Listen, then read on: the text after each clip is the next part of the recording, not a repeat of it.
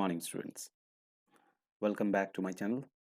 And we are going to start the second chapter of, First Flight book of class 10. And this is about Nelson Mandela, Long Walk to Freedom. So without wasting any time, let's start. But start करने से पहले, there is a request. If you like my hard work, if you really want to appreciate my hard work, then please like and subscribe my channel and share to all so that the needies, the students, can be benefited by this. So the second chapter is about Nelson Mandela, Long Walk to Freedom. This has been written by himself, Nelson Rolihlahla Mandela. Rolihlahla Mandela. So, who was Nelson Mandela, students? कौन थे? And what was his long walk to freedom? कैसे उन्होंने आज़ादी प्राप्त की? Nelson Mandela को south African का गांधी कहा जाता है. He was very similar to Gandhi. His policies, his way of bringing freedom, everything is very quite similar to Mahatma Gandhi. This chapter is about South Africa, how South Africa actually achieved political freedom. So we will talk about first, before reading, we have to talk about apartheid. Apartheid means what? Bhedbhav. On the basis of creed, color and race. जब हम लोग apartheid यानी कि भेदभाव करते हैं political system में, तो वो सेपरेट करता है लोगों को on the basis of race. So इसी apartheid को किस तरीके से उन्होंने दूर किया, we will talk about that. Okay. So, have you ever heard about Nelson Mandela? This is the question asked to you, students. Yes, Mandela and his African National Congress, his party's name was African National Congress, spent a lifetime fighting against apartheid. पूरा जीवन उन्होंने apartheid के खिलाफ लड़ने में निकाल दिया. Mandela had to spend 30 years in prison. 30 साल तक उनको जो है जेल में रहना पड़ा for about 30 years. And finally, democratic elections were held in South Africa in 1994, and Mandela became the first black president of a new nation. तो पहले जो हैं वो अश्वेत यानी कि ब्लैक पर्सन थे जो प्रेसिडेंट बने साउथ अफ्रीका कंट्री के, because there was apartheid, there was discrimination on the basis of race and all that. इस एक्सट्रैक्ट में, ये एक्सट्रैक्ट जो है ना, ये उनके अपनी ऑटोबायोग्राफी जो उन्होंने खुद लिखी है, जैसे हमने आपको पहले बताया, लॉन्ग वॉक टू फ्रीडम, तो वहीं से ली गई है. Mandela speaks about historic occasion. Mandela जो है एक हिस्टोरिक ओकेजन के बारे में बात कर रहे हैं. कौन सा ओकेजन? The inauguration. कैसे जो है शुरुआत हुई थी उस नए सरकार की, नए गवर्नमेंट की. Can you guess what the occasion might be? Check your guess with the news item from BBC 10th May 1994. This is the paper news article which was actually printed on 10th May 1994. What was that? Mandela's becomes South Africa's first black president. Mandela जो है south Africa के पहले president बनते हैं. Well यहाँ पर एक चीज मैं है ग्रामेटिकली आपको दिखाने की कोशिश कर रहा हूँ. देखिए यहाँ पर आपको दिया गया बिकम्स जो है, this is in simple present tense, but president तो वो बन चुके हैं, उसके बाद ये छपी है घटना, तो इसे तो पास्ट टेंस में लिखना चाहिए था. But students, for newspaper headings we use simple present tense. This is the rule. Okay, when we will do grammar, we will just talk about all those things. Just मैंने आपको एक idea दिया कि why Mandela becomes South Africa's first black president लिखा हुआ है instead of Mandela became South Africa's first black president. ठीक है? For newspaper headings, we use simple present tense to make it more effective. Nelson Mandela has become South Africa's first black president after more than 3 centuries of white rule. आखिरकार 300 साल तक वहां पर white rule चला था, गोरे लोगों का शासन चला था, और अपार्थाइड बिल्कुल बहुत सालों तक चला था. आखिरकार आफ्टर 3 centuries, 300 सालों के बाद पहली बार है ना कोई ब्लैक प्रेसिडेंट बना. And he was mister Mandela's African National Congress Party, whose name was ANC Party, won 252 seats out of 400 seats in the first democratic election of South Africa's history. तो south Africa की history में जो elections हुए थे उसमें उनकी party ने 400 seats में से उनकी पार्टी ने 252 सीट्स जो हैं वो जीती थी। नियर अबाउट अच्छी खासी परसेंटेज जो है उनको मिली थी। ठीक है, how many seats he one? 252 out of 400 out of 400 252 seats उनकी पार्टी ने जीते थे। कौन सी पार्टी थी उनकी? ANC, African national Congress. The inauguration ceremony took place in the union buildings amphi theatre. ये जो इनॉग्रेशन सेरेमनी था ना, ये जो शुरुआत हुई थी, ये यूनियन बिल्डिंग यानी कि गवर्नमेंट की ही बिल्डिंग थी, सरकारी बिल्डिंग थी, और उस बिल्डिंग का एक एम्पी थिएटर था। तो एम्पी थिएटर क्या होता है स्टूडेंट्स, वो मैं आपको दिखाना चाहता हूँ। It is a kind of arena हम लोग जिसको बोलते हैं। चारों तरफ से जो है एक रोमन एम्पायर में जो है इस तरह का होता था। ये देखिए एम्पी थिएटर का मैं एक सीन दिखाता हूँ, फोटो दिखाता हूँ। तो एम्पी थिएटर क्या होता है कि बीच में एक खुला हुआ जगह होता है और चारों तरफ लोगों के बैठने की गैलरीज होती हैं, उसी को एम्पी थिएटर बोलते हैं। देखिए यहाँ लिखा हुआ है, in Greek and Roman architecture an open circular Oval building. Oval हो सकता है, सर्कुलर हो सकता है, लेकिन सेंटर में स्पेस होगा and surrounded by tiers of seat for spectators for the presentation of dramatic और स्पोर्टिंग इवेंट्स। जैसे आप WWE देखते हैं, ठीक है ना, वो तो कवर रहता है, जो कवर नहीं रहेगा लेकिन ऊपर से खुला हुआ रहेगा उसे हम लोग एम्पी थिएटर बोलते हैं। जो कवर रहेगा वो एरिना हो गया, ठीक है, वो ऑडिटोरियम हो गया, बट जो खुला हुआ रहेगा ना वो होगा एम्पी थिएटर। ठीक है, तो वो एम्पी थिएटर का मैं अगर आपको पिक्चर दिखाऊं तो मैं आपको दिखा सकता हूं। ये देखिए एम्पी थिएटर जो है कुछ इस तरीके का इमेज जो है मैं आपको दिखा रहा हूं। स्टेडियम नहीं, इसमें बीच में ज़्यादा बहुत बड़ा स्पेस नहीं रहता है, बैठने की जगह जो है इस तरह से राउंड स्पेस रहती है। ठीक है, आप स्टेडियम इसे नहीं समझ लेना। स्टेडियम में क्या होता है, ये स्पेस जो है बीच वाला बड़ा होता है, बैठने वाला जगह से ज़्यादा बड़ा स्पेस बीच वाला होता है। बट एम्पी थिएटर में जो जो एरिया है वो बहुत ज़्यादा बड़ा नहीं होता है, सेंटर वाला, और जो बैठने वाली सीट्स होती हैं वो इस तरह से होता है। रोमन एम्पायर में इस तरह का कुछ होता था। ठीक है, जो भी कुछ ऑकेजन होता था देखिए इस तरीके का होता था। बहुत ही बेहतरीन नज़ारा होता है वहाँ से देखने का। वेल, तो मैं क्या बता रहा था कि जो इनॉग्रेशन हुई थी, जो इनॉग्रेशन सेरेमनी हुई थी, वो यूनियन बिल्डिंग के यानी कि सरकारी बिल्डिंग के एक एम्पी थिएटर में थी। कहाँ पर? प्रिटोरिया में। प्रिटोरिया क्या है फ्रेंड्स? आपको समझना होगा।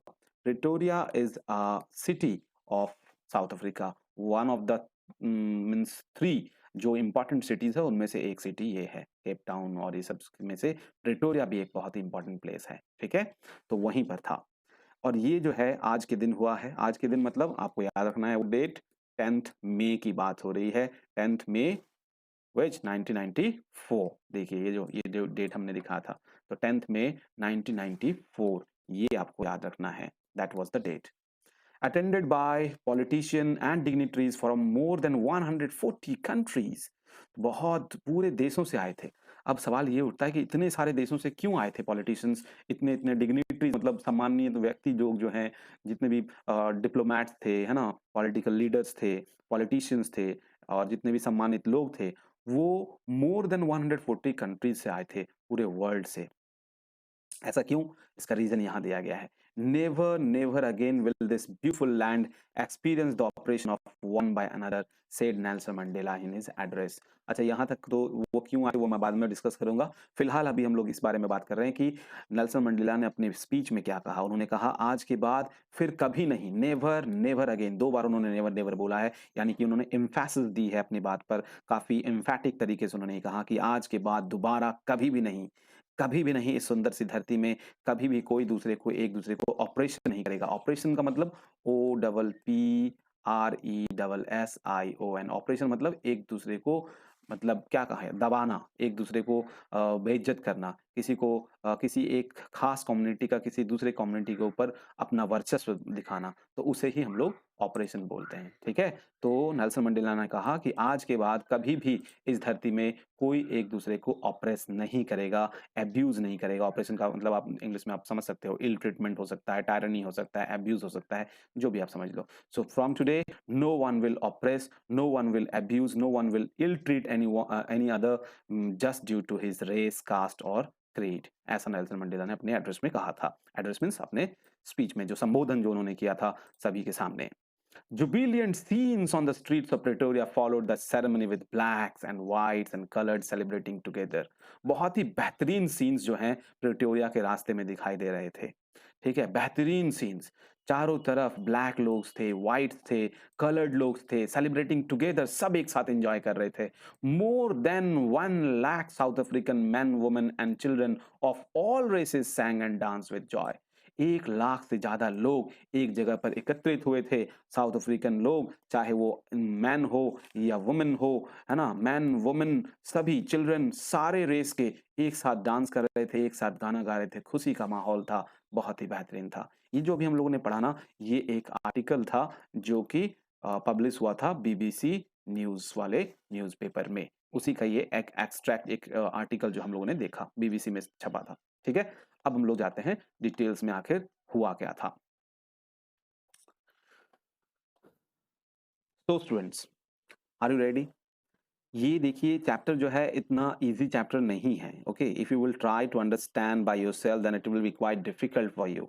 So, to understand it properly, I'm going to teach you word by word, line by line, and also the deeper meaning and the deeper sense of it. So, मेरे video से आपको ये फायदा पहुंचेगा, आपको line by line, word by word और इसके internal meanings जो हैं वो बहुत अच्छी तरीके से क्लियर हो जाएंगे। एंड अगर आपको मेरी मेहनत, फिर से एक बार मैं दोहरा रहा हूँ कि अगर आपको मेरी मेहनत अच्छी लगती है, वीडियो बनाने में काफ़ी समय लगता है, काफ़ी एफर्ट लगता है, काफ़ी चीज़ें तय करनी पड़ती है, एडिट करना पड़ता है। तो अगर आपको मेरा एफर्ट अच्छा लगता है तो प्लीज़ वीडियो को लाइक करें। उसी से मुझे पता चलता है कि मतलब मेरा मेहनत जो है वो सही में किसी को पसंद आ रहा है, और फिर वीडियो बनाने की जो इच्छा होती है वो और ज़्यादा हो जाती है। तो इसलिए मैं चाहता हूँ कि आप लाइक करें, कमेंट करें, किसी भी तरह का अगर कोई डाउट है, या फिर आप मेरे चैनल को सब्सक्राइब भी कर सकते हैं, ताकि आने वाले समय में जो भी मैं वीडियोज़ बनाऊँ, क्योंकि मेरा टारगेट है अभी क्लास 6 से लेकर मास्टर्स तक का पूरा इंग्लिश का जो कोर्स है, उसे मैं कंप्लीट कराऊँगा। सो आप किसी भी क्लास के हों, चाहे वो आप 6 क्लास के हों, 12 क्लास के हों, बहुत जल्द आपके सारे सिलेबस जो हैं इंग्लिश के, यहीं कवर कर दिए जाएँगे मेरे चैनल पे। Okay? Free education by Vijay. So students, without wasting any time, let's start once again and we will go thoroughly. 10th May, we already discussed कि 10 मई का वो दिन था, और dawn, bright and clear. So dawn means students DAWN, and dawn मतलब होता है भोर। ठीक है? तो सुबह जो हुई 10 मई की, वो काफी ब्राइट थी, काफी क्लियर थी। तो अब यहाँ पर आपको सोचने वाली बात है कि क्या बाकी सारे दिन ब्राइट या क्लियर डे नहीं होता था? South Africa is hot country, so जब वहां पर डॉन होता है तो ऑब्वियसली ब्राइट होता है, क्लियर होता है, but kind of a stage or kind of a state the people were in, their mental state we are talking about. जब आपका मन खुश होता है ना, तो आपको बाहर का जो मौसम होता है, माहौल होता है, वो भी बहुत खुशनुमा हो जाता है। आपको वो वेदर जो है अच्छा लगने लगता है। यही हुआ, 10 मई का दिन जो है सुबह काफी ब्राइट और क्लियर होने का मतलब ये है कि उस दिन ही कुछ खास था, कुछ अलग था। क्यों? मैंने आपको ऑलरेडी बता दिया है कि 300 साल के बाद पहली बार कोई ब्लैक पर्सन जो है वो प्रेसिडेंट बनने वाला था साउथ अफ्रीका कंट्री का।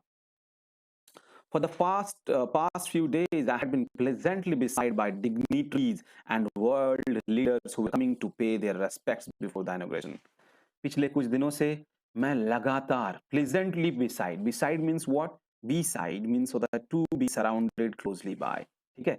तो I was beside by the dignitaries, तो मैं बहुत सारे जो सम्मानित लोग हैं उनसे मैं घिरा हुआ था, लेकिन इन घिरे हुए होने से मैं तकलीफ में नहीं था। I was happy, I was pleasant, मतलब घिरा हुआ था तो खुशी की बात थी। ओके, इसलिए यहाँ पर कहा गया है कि I had been pleasantly beside by dignitaries. तो वहां पर बोला गया कि मैं बहुत ही खुशी से बिसाइज था उन सारे डिग्निटरीज के एंड वर्ल्ड लीडर्स के who were coming to pay their respect before the inauguration. ये सारे लोग जो आ रहे थे ना, वो अपना रेस्पेक्ट शो करने आ रहे थे मेरे सामने, अपना रेस्पेक्ट वो दिखाने आ रहे थे इस इनॉग्रेशन को लेकर के।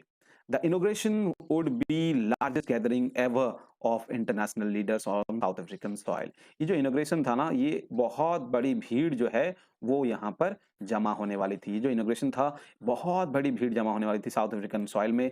इतनी बड़ी भीड़ कि आज से पहले कभी इतनी बड़ी भीड़ जमा नहीं हुई थी। The ceremonies took place in the lovely sandstone amphitheater. तो वो जो सेरेमनी थी वो बहुत ही बेहतरीन बालू पत्थर से बने हुए, बालू पत्थर समझ रहे हो ना, जैसे रेड फोर्ट हमारा जो इंडिया में है वो बालू पत्थर का बना हुआ है। बहुत सारे ऐसे भी मॉन्यूमेंट्स हैं जो जो सैंडस्टोन के बने हुए हैं। तो आपको ये पता लगाना है, मैंने एक नाम दे दिया रेड फोर्ट। आपको ये और पता लगाना है कि इंडिया में ऐसे और कौन-कौन से मॉन्यूमेंट्स हैं जो सैंडस्टोन से बने हुए हैं। तो वो जो एम्फी थिएटर था, कहाँ पर था? प्रिटोरिया में। प्रिटोरिया मैंने आपको बताया एक फेमस टाउन है, एक फेमस जगह है, एक फेमस सिटी है, साउथ अफ्रीका में। तो वहाँ पर जो एम्फी थिएटर था जहाँ पर ये सारा कुछ हो रहा था, तो वो सैंडस्टोन का बना हुआ था। Amphi theatre I have already I made you understood, okay? तो एम्फी थिएटर यहाँ पर देखिए मीनिंग भी लिखा हुआ है, बिल्डिंग विदाउट ए रूफ, पहला कंडीशन। एम्फी थिएटर किसे कहेंगे? जिसका छत नहीं होगा, जिसमें बहुत सारी सीट्स होंगी बैठने के लिए और बिल्कुल सीढ़ीनुमा एकदम चारों तरफ से ऊपर लोग बैठे हुए होंगे, ठीक है? And typical of ancient Greece and Rome, जो मैंने आपको ऑलरेडी पहले ही दिखा दिया है।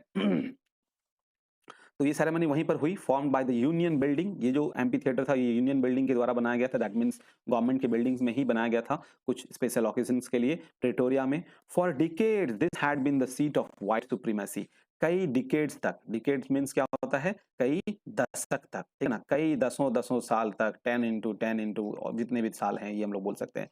तो कई दशकों तक जो है ये जो यूनियन बिल्डिंग था प्रिटोरिया में, ये जो सैंडस्टोन का एम्फी थिएटर था, दिस वाज द गढ़, this was the seat of white supremacy. सफेद लोगों के वर्चस्व का ये एक जगह था, ठीक है?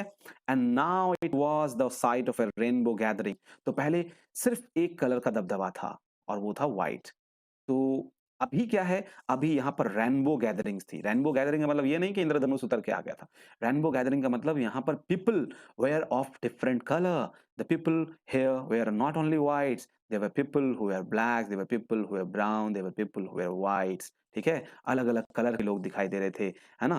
Colours and nation for the installation of south का first democratic non racist government. तो अलग-अलग कलर के लोग आ रहे थे, अलग-अलग कलर के लोग इकट्ठा हुए, अलग-अलग नेशंस के लोग आए थे, जैसा कि हम लोगों ने पहले ही बताया था कि more than 140 countries, dignitaries and politician and political leaders have arrived just for this special occasion. And the special occasion was, implementation of a democratic government after 300 years of white rule. And this government was freely and fairly elected, because before that, in South Africa, the black peoples were not allowed to vote. Their votes were not as equal as the others. There was a lot of discrimination, so this was a great change. This was the first time when everyone voted equally and every individual's vote were counted as important as others. So इसीलिए यहाँ पर इतने सारे लोग जमा हुए थे अलग-अलग कंट्री से, पूरे वर्ल्ड से, एंड पहली बार ये डेमोक्रेटिक नॉन रेसिस्ट गवर्नमेंट की स्थापना हो रही थी। तो डेमोक्रेटिक मैंने बता दिया, for the people, of the people and by the people. ये जो सरकार बनी थी ये लोगों के द्वारा बनी थी, लोगों में से बनी थी और लोगों के लिए बनी थी, ठीक है ना? तो इसीलिए यहाँ पर इतने सारे 140 से भी ज़्यादा कंट्रीज़ के लोग जो हैं यहाँ पर जमा हुए थे, इसी साउथ अफ्रीका के first freely Fairlie democratic non racial government. Non racial मतलब जो किसी भी रंग भेद को फॉलो नहीं करता है, यानी कि ये बिल्कुल नॉन रेशियल था, किसी भी रंग, जाति या भेदभाव मतलब जाति को फेवर नहीं करते हुए, सभी को एक समान मानते हुए सरकार बनी थी। यहाँ पर कोई भेदभाव कलर को लेके तो नहीं किया गया था। तो पहली बार ऐसी सरकार बनी थी, इससे पहले जितना भी बनता था सभी व्हाइट लोग बनते थे, okay? On that lovely autumn day, उस दिन बेहतरीन वो वेदर जो था वो ऑटम था। जैसे हमारे यहाँ पर जो होता है ना, पतझड़ का जो समय होता है, वहाँ पर उसको ऑटम बोला जाता है। तो बेहतरीन समय था, ठीक है ना? And I was accompanied by my daughter ज़ेनानी। मेरे साथ जो है मेरी बेटी ज़ेनानी हुआ करती थी, ठीक है ना? मेरे साथ जो है मेरी बेटी थी जिसका नाम था Zenani. On the podium, podium मतलब होता है स्टेज, ठीक है? स्टेज पर Mr De Klerk was first sworn in as second deputy president. तो पोडियम तो आप समझ रहे हो, जैसे कॉलेज-वॉलेज में देखिएगा जब लेक्चर जो देते हैं टीचर, तो उनके सामने जो बड़ा-सा लकड़ी का रखा रहता है, उसे ही हम लोग पोडियम बोलते हैं, ठीक है? यहाँ पर पोडियम का मतलब जो है वो वही है, मतलब जहाँ पर सभी को बारी-बारी से ये शपथ दिलाया जा रहा था। तो हम लोग यहाँ पर आपको दिखा सकते हैं कि पोडियम क्या है, ये देखिए। ए स्मॉल प्लेटफ़ॉर्म, यहाँ पर जिस तरह से ये किया गया, जैसे जैसे ओलंपिक्स में जब किसी को खड़ा किया जाता है, तो ये भी तो वही है, एक तरह से ये पोडियम जो है वो यही है। प्लेटफ़ॉर्म जो होता है, जहाँ पर खड़ा किया जाता है, तो प्लेटफ़ॉर्म आप बोल सकते हो, स्टेज बोल सकते हो। देखिए स्टेज भी है ना? तो यही था।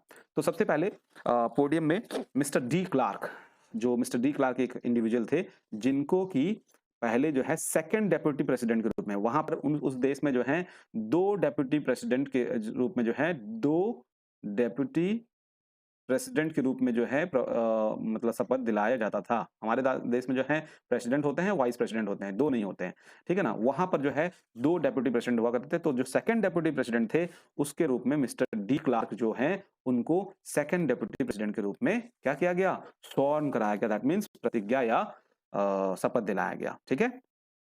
देन ये देखिए, ये नेल्सन मंडेला का फिगर है।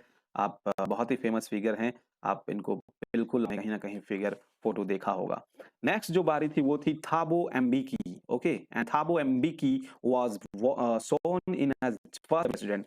तो थाबो एम्बिकी को क्या किया गया था? फर्स्ट डेप्यूटी प्रेसिडेंट के रूप में शपथ दिलाई गई। तो आपको याद रखना है, सेकंड डेप्यूटी प्रेसिडेंट के रूप में शपथ दिलाई गई मिस्टर डी क्लार्क को, फर्स्ट डेप्यूटी प्रेसिडेंट के रूप में शपथ दिलाई गई Thabo Mbeki को, and when it was my turn, I pledged to obey and uphold the constitution and to devote myself to the well-being of the republic and its people. तो जब मेरी बारी आई तो मैंने प्रतिज्ञा ली कि मैं सारे संविधान की बात को ओबे करूंगा, उसकी गरिमा को बनाए रखूंगा and to devote myself, अपने आप को पूरी तरह से समर्पित करूंगा to the well being of the republic, इस रिपब्लिक, इस गणतांत्रिक सरकार, इस गणतांत्रिक देश की अच्छाई के लिए, वेल बीइंग के लिए। समझ में आ रहा है स्टूडेंट्स? ठीक है, तो उन्होंने ये प्रतिज्ञा से शुरू की, उन्होंने ये स्टेटमेंट दिया, उन्होंने क्या कहा? I pledge to obey and uphold the constitution, मैं संविधान की गरिमा बनाए रखूंगा और इसको पूरी तरह से संविधान को मानूंगा, साथ ही साथ मैं अपने आप को पूरी तरह से समर्पित कर दूंगा, है ना, for the well being of the republic, इस देश की गणतांत्रिक सरकार के लिए, इस देश के गणतांत्रिक देश के लिए एंड के लोगों के लिए। To the assemble guest and the watching world I said, वहां पर जितने भी गेस्ट आए हुए थे, अलग अलग 100 मोर देन 140 कंट्रीज थे, और जो भी लोग हमें वॉच कर रहे थे अलग अलग देशों में, जहां से लोग नहीं भी आए थे टेलीविजन के माध्यम से, सबके सामने मैंने क्या क्या कहा वो यहाँ पर दिया गया। तो this is kind of a speech which has been told by Nelson Mandela. तो चलिए देखते हैं कि उन्होंने क्या क्या कहा था। Today all of us do by our presence here confer glory and hope to newborn liberty. आज हम सभी यहाँ जो मौजूद हुए हैं, हम इस जीत को कन्फर करते हैं। कन्फर करते हैं मतलब a formal word, to hear give. ये जो जीत हमें मिली है, इसको हम लोग एक साथ सेलिब्रेट कर रहे हैं, एक साथ हम लोग मना रहे हैं। And hope to new born liberty, और हम लोग यहाँ पर जो मौजूद हुए हैं ना, हम सभी के मन में एक आशा है, और वो ये कि जो नई लिबर्टी हमें मिली है, जो नई नई ताजा जो हमें आज़ादी मिली है, वो एक नई उम्मीद लेकर आई है, और यही कारण है कि हम लोग यहाँ पर उपस्थित हुए हैं। Out of the experience of an extra ordinary human disaster, हम लोग एक असाधारण मानवीय आपदा से बाहर निकले हैं। अब आप पूछोगे sir what was that extraordinary human disaster? आज के प्रेजेंट वर्ल्ड में 1994 में मान लेते हैं, 1993 में मान लेते हैं, अगर 1993 में किसी इंसान को जस्ट उसके ब्लैक होने की वजह से उसके फंडामेंटल राइट से अगर वंचित किया जा रहा था, तो दिस वाज एन डिजास्टर, इस मॉडर्न वर्ल्ड में हम लोग किसी को उसके फंडामेंटल राइट्स प्रोवाइड नहीं कर रहे थे because he was a black, by nature, by natural inclination, हम उनके उनके साथ जो है भेदभाव कर रहे थे। इससे बड़ा और एक्स्ट्राऑर्डिनरी ह्यूमन डिजास्टर क्या हो सकता है? बिल्कुल सही कहा था नेल्सन मंडेला ने। उन्होंने कहा कि हम लोग एक एक्स्ट्राऑर्डिनरी, एक असाधारण ह्यूमन डिजास्टर यानी कि मानवीय आपदा से बाहर निकले हैं, और ये मानव आपदा बहुत लंबे समय तक थी, दैट लास्टेड टू लॉन्ग, बहुत लंबे समय तक चली। वी ऑलरेडी नो कितने लंबे समय तक, more than 300 years, more than 3 centuries. So must be born a society of which all humanity will be proud, और इसीलिए हम लोग जिस असाधारण मानवीय आपदा से बाहर निकले हैं, तो हमारा ये कर्तव्य बनता है कि हम एक ऐसा समाज का निर्माण करें जहां पर पूरी ह्यूमैनिटी, पूरी मानवता जो है उस पे गर्व करे। ऐसी बड़ी बातें उन्होंने कही। देखिए, भाषण अलग बात है लेकिन उन्होंने करके दिखाया। आगे हम लोग पता चलेगा कि कैसे। We who were outlaws not so long ago, उन्होंने कहा हम लोग मतलब वी मतलब कौन? Black people. Nelson Mandela was a black people ना, वो ब्लैक थे ना, वहाँ के मूल निवासी थे। निग्रोज जो होते थे साउथ अफ्रीका के, जो मूल निवासी, वो निग्रोज कहलाते हैं। तो वो वहाँ के ब्लैक पीपल थे, तो इसलिए वो बोले वी मतलब black people who were outlaws not so long एगो, हम लोग जो गैर कानूनी थे, कानून से बाहर थे। आउटलॉज मतलब जिनको कानून का कोई सहारा नहीं था, कानून हमारे लिए नहीं था। have today been given the rare privilege to be the host to the nations of the world on our own soil. आज हमें ये दुर्लभ प्रिविलेज मिला है। प्रिविलेज मतलब हमारे लिए सौभाग्य की बात है। हमें ये सौभाग्य मिला है, ये दुर्लभ सौभाग्य मिला है कि हम लोग अपने ही देश में, अपनी ही मिट्टी पर अपने देश का होस्ट बने। यानी कि अपने देश का मेहमान नवाज़ी करें, अपने देश का मेज़बानी करें। मेज़बानी होस्ट मतलब हम लोग अपने देश को चलाएँ। ये हमें रेयर प्रिविलेज आप लोगों ने दिया है। वोट के द्वारा वो लोग आए हैं। We thank all of our distinguished international guest. यहाँ पर जितने भी लोग आए हैं, सब नेल्सन मंडेला बोल रहे हैं भाषण में अपना। बोल रहे हैं यहाँ पर जितने भी डिस्टिंग्विश्ड, जितने भी नामी-गिरामी इंटरनेशनल गेस्ट आए हुए हैं, उनको मैं धन्यवाद देना चाहता हूँ for having come to take possession with the people of our country. जो वो यहाँ पर आए, उसके लिए मैं उन्हें धन्यवाद देना चाहता हूँ क्योंकि उन्होंने हमारे देश के लोगों के साथ आज खड़े होकर दिखाया है। Of what is after all common victory for justice. और क्योंकि आज वो लोग यहाँ आए हैं सिर्फ इसी के लिए वो धन्यवाद के पात्र नहीं हैं, बल्कि उन्होंने आज आकर ये साबित किया है कि ये जीत जो है सिर्फ हमारे साउथ अफ्रीका देश के लोगों की जीत नहीं है, बल्कि ये जो जीत है, ये जीत सारी मानवता की जीत है। एक कॉमन विक्ट्री फॉर जस्टिस, ये न्याय की जीत है। कॉमन विक्ट्री फॉर जस्टिस, जो जो न्याय की जो प्रक्रिया चल रही थी, न्याय मांगने की, उसकी जीत है। फॉर पीस, ये शांति की विजय है। एंड फॉर ह्यूमन डिग्निटी, और इंसान के सम्मान का विजय है ये। ठीक है, तो ये जो जीत मिली है, ये सिर्फ और सिर्फ साउथ अफ्रीकन लोगों की नहीं है, ये जीत पूरे कॉमन ह्यूमैनिटी की है, न्याय की है, शांति के लिए है, ह्यूमन डिग्निटी के लिए है, इंसान के सम्मान के लिए है। देखिए, जब आप किसी को किसी कलर को लेकर, रेस को लेकर अगर भेदभाव करते हैं, तो ऑब्वियसली आप उसके आत्मसम्मान को ठेस पहुँचाते हैं, तो वहाँ पर ह्यूमन डिग्निटी रहती नहीं है। So it was loss of human dignity. जहाँ तक बात है, अगर आपको आपके अधिकार नहीं दिए जाएँगे, तो obviously you will fight for your for your rights, and that will create not a peaceful environment, and that will create tension in the environment. तो ऑब्वियसली पीस तो वहाँ रहेगा नहीं। एंड जस्टिस कहाँ से हो रहा है? जब सारे के सारे सिटीजन्स उसी कंट्री के हैं, but you are providing some people some rights just because of their colour, because of their race, because of how they look.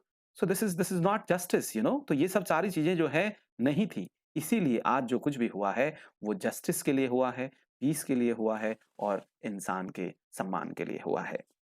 तो यहाँ तक स्टूडेंट्स क्लियर हो गया ना? समझ में आ रहा है ना?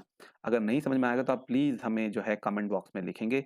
आपके सारे प्रॉब्लम का सॉल्यूशन जो है मैं लेके आऊँगा, ठीक है? आई वांट कि आपको एक-एक वर्ड, एक-एक सेंटेंस अच्छी तरह से समझ में आ जाए। We have at last achieved our political emancipation. देखिए स्टूडेंट्स, मेरा उद्देश्य जो है अच्छे मार्क्स आपको दिलाना नहीं है। मेरा उद्देश्य जो है, आप इन चैप्टर्स से क्या अपने लाइफ में कुछ सीख सकते हैं, प्रैक्टिकलिटी क्या है इस चैप्टर्स की, आप अपने लाइफ में से क्या-क्या उस अच्छा कर सकते हैं या सीख सकते हैं, वो मेरा उद्देश्य है। To make you a good human being, that is my motto, that is my objective, okay? So let's start. We have at last achieved our political emancipation. हम लोगों ने आखिरकार हम लोगों ने एक political emancipation. See what is the meaning of emancipation? Same, freedom from restriction. मतलब किसी चीज पे रोक अगर रहता है, उससे आजादी, उसी को इमांसिपेशन बोलते हैं। ठीक है, फ्रीडम फ्रॉम रेस्ट्रिक्शन। सो हम लोगों ने पॉलिटिकल इमांसिपेशन हासिल किया है। अब क्या क्या रेस्ट्रिक्शन था? मैंने आपको जैसे एक हिंट्स दिया था कि ब्लैक पीपल को वोट देने का अधिकार नहीं था। ब्लैक पीपल को बहुत सारी चीजों का अधिकार नहीं था। They were not allowed to travel along with the white peoples in common buses, common medium of transportation. सो बहुत सारी चीजें थी। अब मैं क्या बताऊं, इतनी सारी भेदभाव होती थी ना हर जगह कि कहने का नहीं है। इंसान को बिल्कुल बहुत बेइज्जत किया गया था उस समय। उन्होंने क्या कहा? We have at last achieve our political emancipation. आखिरकार हम लोगों ने फ्रीडम फ्रॉम रेस्ट्रिक्शन हासिल किया है। पॉलिटिकल मतलब we have been allowed to become the president, we have been allowed to vote, we have been allowed to become leader, we have been allowed to become the representative of the public। ये सब नहीं था पहले।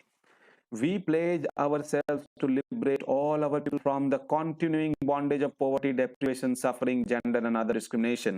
उन्होंने कहा कि हम लोगों ने पॉलिटिकल इमेंसिपेशन तो हासिल कर लिया है।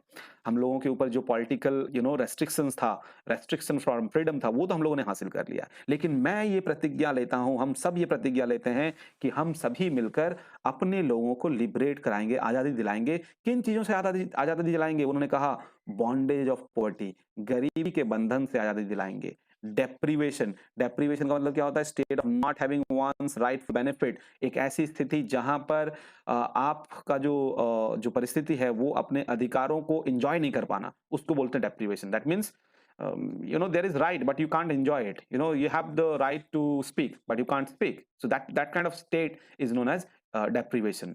तो हम लोग ये एक प्रतिज्ञा लेते हैं कि हम लोग अपने लोगों को गरीबी के बंधन से, बॉन्डेज ऑफ पॉवर्टी, डेप्रिवेशन से, यानी कि ऐसे स्टेट से जहां पर हम लोग अपने राइट्स को एंजॉय नहीं कर पा रहे थे, बेनिफिट्स को एंजॉय नहीं कर पा रहे थे, वहां वैसी परिस्थिति से बाहर निकालेंगे। सफरिंग, जो भी तकलीफ हम लोग झेल रहे थे उससे बाहर निकालने की प्रतिज्ञा लेते हैं। And gender and other discrimination, चाहे वो लिंग भेद हो, चाहे दूसरा किसी भी तरह का भेदभाव हो, उससे बाहर निकालने की प्रतिज्ञा लेते हैं। Never, never and never, see 3 times उन्होंने नेवर कहा, 1 2 and 3। This is just because he want to emphasise on this. वो ज्यादा बलपूर्वक ये कहना चाहते हैं कि never, never and never again shall it be that this beautiful land, आज के बाद कभी भी ऐसा नहीं होगा कि ये सुंदर धरती जो है will again experience the option of one by another. वो किसी दूसरे के द्वारा जो है वंचित किया जाएगा, किसी दूसरे के द्वारा दबाया जाएगा, अब्यूज किया जाएगा या इल ट्रीट किया जाएगा। This will not happen again, चाहे वो कोई भी कम्युनिटी का हो। ना ही ब्लैक लोग किसी व्हाइट के ऊपर ऑपरेस करेंगे, ना ही व्हाइट लोग ब्लैक के ऊपर ऑपरेस करेंगे। कोई भी किसी को इल ट्रीटमेंट करने का मौका नहीं दिया जाएगा, जैसा आज से पहले होता रहा था।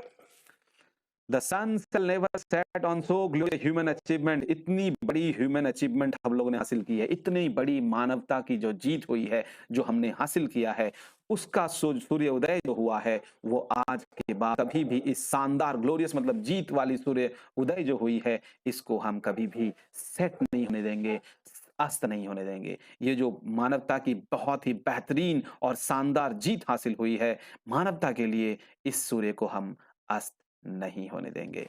Late freedom reign, God bless Africa.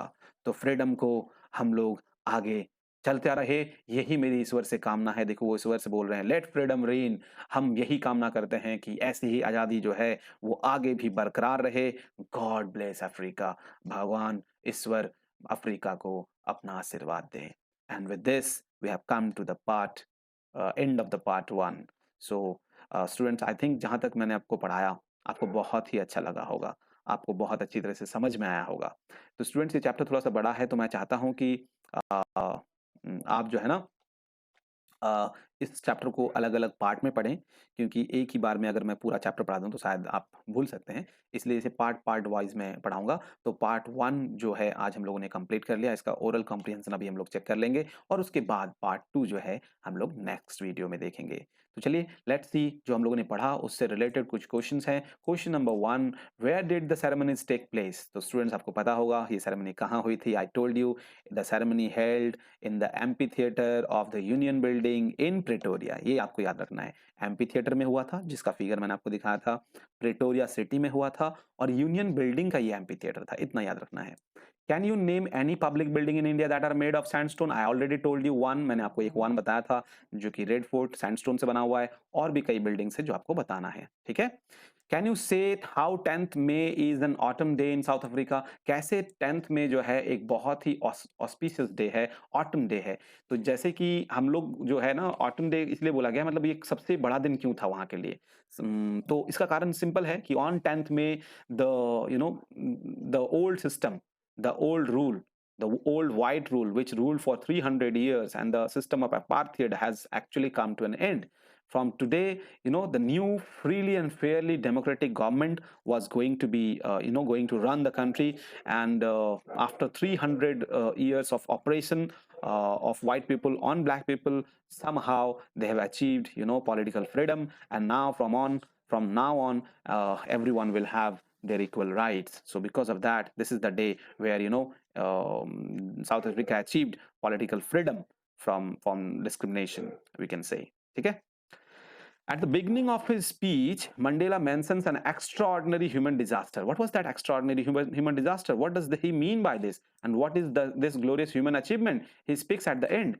वो जो extraordinary human disaster था मैंने आपको बताया था, the extraordinary human disaster was people were deprived of their rights just because of caste, creed, and race. And this was absolutely extraordinary human disaster in the present world. In this modern world, still people were, deprived of their rights. उनको उनके अधिकार से वंचित किया जा रहा था just because of color, caste, and creed. This was an extraordinary human disaster. And what does he mean by this? I told you, what is the glorious human achievement? The glorious human achievement was that from now on, no one will be discriminated, no one will be oppressed just because of color, caste, and creed. Okay? What does Mandela thank the international leaders for? उन्होंने international leaders को क्यों thank कहा? Because all those international leaders and the politicians and the dignitaries have come from more than 140 countries, have come not to actually not only to support South Africa, just because this was not the victory of only common people of South Africa, but Mandela thanked the international leaders for coming just because they suggest that this was the victory of justice, this was the victory for peace, this was the victory of all common human justice and humanity, we can say. सो इसलिए उन्होंने कहा and what और उनके जो international leaders के आने से फायदा ये होता है कि international after we can say that the international leaders have come here just to support South Africa to become republic country, to become a democratic country, and they suggest that all the people were in support with them. What ideals does he set out for the future of South Africa? Ideals मतलब क्या आदर्श उन्होंने रखे थे? उन्होंने कहा था कि आज के बाद ये जो सूर्य उदय हुआ है, सूर्योदय किस चीज का सूर्योदय हुआ है? The sun shall never set, the sun which sun, जो आज़ादी मिली है, जो पॉलिटिकल फ्रीडम मिला है, जो डिस्क्रिमिनेशन खत्म हुआ है, तो ये आज के बाद जो बॉन्डेज ऑफ पॉवर्टी है, डेप्रिवेशन है, सफरिंग है, जेंडर है, ये सारा कुछ जो है वो नहीं रहेगा। इस तरह का उन्होंने आदर्श बनाया था। सो he told that no one will be oppressed by other at any cost, and we will try to actually liberate people from continuing bondage of poverty, deprivation, suffering, gender, and other discrimination. So he has kept the ideals that from now on no one will be oppressed because of color, caste, and creed. किसी को भी oppress नहीं किया जाएगा, किसी को भी ill treat नहीं किया जाएगा। ठीक है स्टूडेंट्स? सो आई होप कि जो क्वेश्चन आंसर हम लोगों ने डिस्कस किए, इससे आपको आइडिया डेवलप हुए होंगे कि how we have to write the answer and how we have to think about this. So students, we will meet in the next video. Hoping to see you again. Thank you very much.